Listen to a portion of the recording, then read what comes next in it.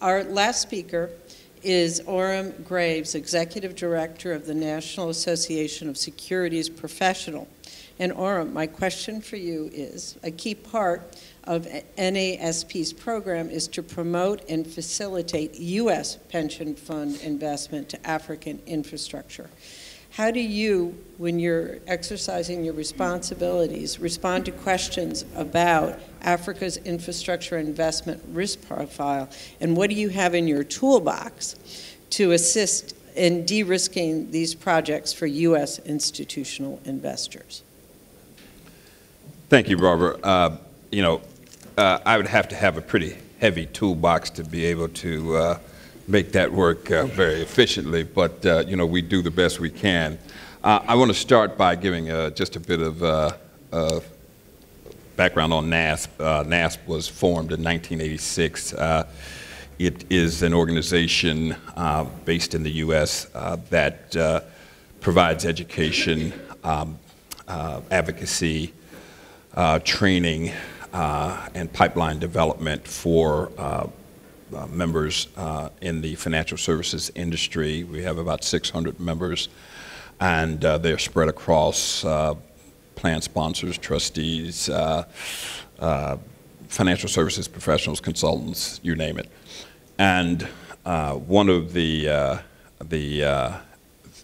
things that we have in the toolbox is that we brought a pretty heavy contingent to this conference to get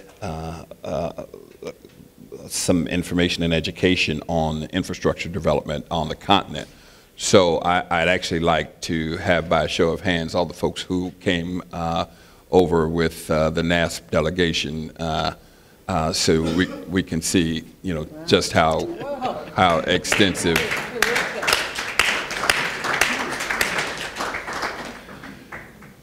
So the other thing that we embarked upon, we have an annual conference every year, a little bit larger than this, but 400 or 500 people across 2 to 3 days, where we started the Africa Financial Summit.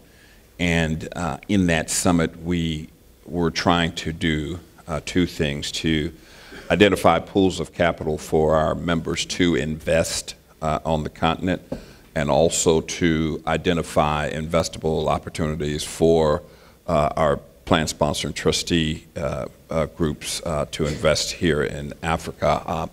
That was started with Donna Sims Wilson, who's the chair-elect. Donna, wave your hand so people know who you are. She was the co-brainchild of that. We also, you may know this, we have developed through the USAID partnership that we have the META project, which is mobilizing institutional development capital here on the continent, and that's headed by Amrik Saha, who's in the back, and his team, Bentu and Brian. And so what we are trying to do essentially is break down the barriers that exist to institutional investment here on the continent from some of the public, the investors community in the United States. If you, I'm going to back up a little bit and kind of look at the market in the United States in terms of, who are the investors. They are segmented across a number of dynamics. You have large versus small investors. So obviously the fund to my right would qualify as one of the larger investors in the U.S., or if not the largest institutional or pension fund investor. And then you have some fairly small funds, roughly running about $1 billion or so. And so they have, as you can imagine, very differing capabilities of how they look at investments. Henry's staff, 240, 250 people to look at investments. A $1 billion fund may have 1 to 2 people. And so with those levels of staffing comes levels of expertise, as you can imagine. Doesn't mean that they don't want to have exposure to the same types of investment. It just means they have to go about it a little bit differently. You also have a segmentation of corporate, public foundations, and the Taft Foundations and Endowments and Taft-Hartley, all of which have, again, differing qualities and characteristics of how they invest and what they will look at. So what we are trying to do is to provide a platform and education of how these groups can be exposed to investments here on the continent. And if you understand that, let me also back up and say I used to be a consultant. And I know, the consultants have gotten a little bit of a bad, and I get it. But fundamentally, consultants generally are in a box. The U.S. model, as I forget who pointed out, but it does need to be changed. They are not compensated to take risks. They're not compensated on a premium to treasury basis. So whatever they get for you, be it good or bad, their level of compensation stays the same. So they're not incented to come to Africa. In fact, if you tell them to come to Africa, they'll say, well, who's going to pay for it? Fundamentally, that's the problem with the dynamic. It needs to be tweaked so that the interests are aligned. Because if you understand the premise that the continent is worthy for development or worthy for investment and development, then those types of investments should be brought to to U.S.-based investors. So that's also a premise that we are trying to break down to basically educate both sides of that dynamic. That investment on the continent is a worthy thing to do, and fundamentally, it's worthy because the diversification and return. I mean, things that you have already heard. So I'm not going to kind of go through what you know, but many of the plans, public plans in the United States, are underfunded.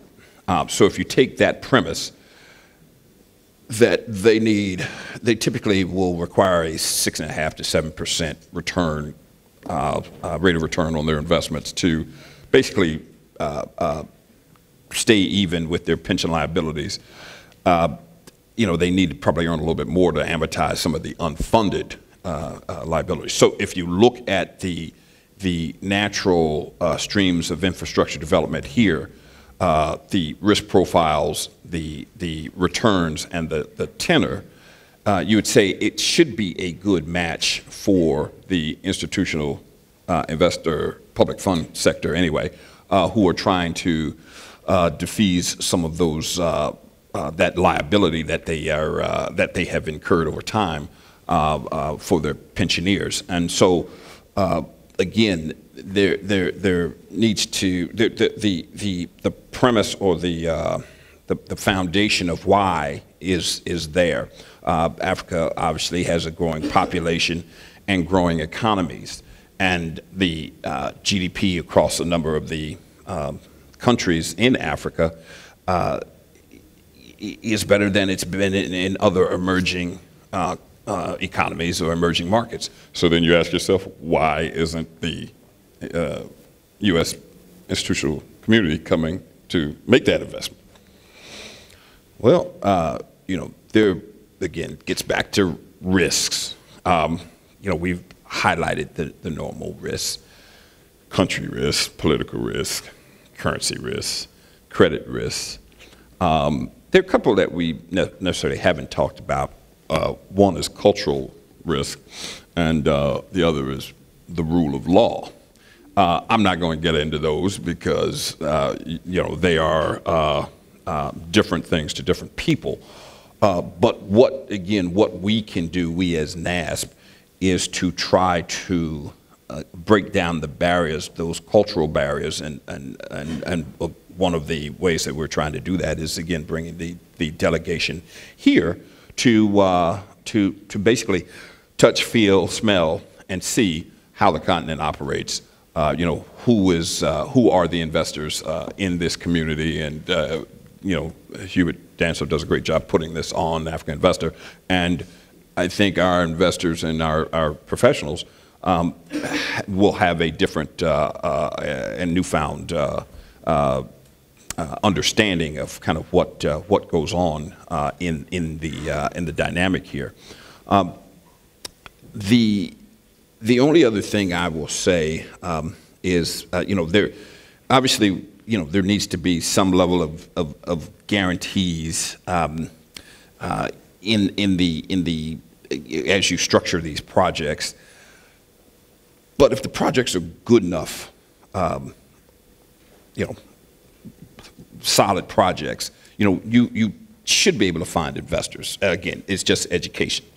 So, you know, that's you know, there was a lot of talk about how you de-risk, and obviously some level of guarantee would help that along. But as was said before, if you guarantee the whole thing, then you know, what's the point? You know, just, you know, who wants the premium will probably be eaten away. One of the other things that needs to occur in my estimation, and Donna and I and Almeric have done some work on this, some research. The securitization and liquidity needs to be evolved here.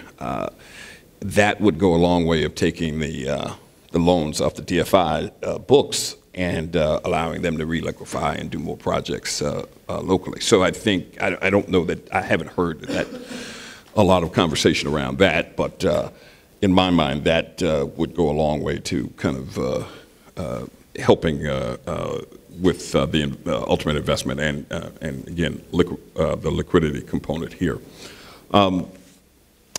Outside of that, I mean, I think I've touched on pretty much most of the points I wanted to touch on. I won't be redundant because a lot of them have been said already from earlier panels on this panel. But again, the biggest thing we can do is to provide education and exposure to our community to break down those barriers that exist, both real and imagined, so that we can kind of drive this ball down the road. That's amazing. I mean, we talked about the ecosystem. You're like an aggregation function, you know, building trust, connections. I mean, I had no understanding that all these people from NASP are here. So I think that we owe you a special gratitude, because this is what it takes. Doing business in Africa. You can't afford to be without Africa Investor.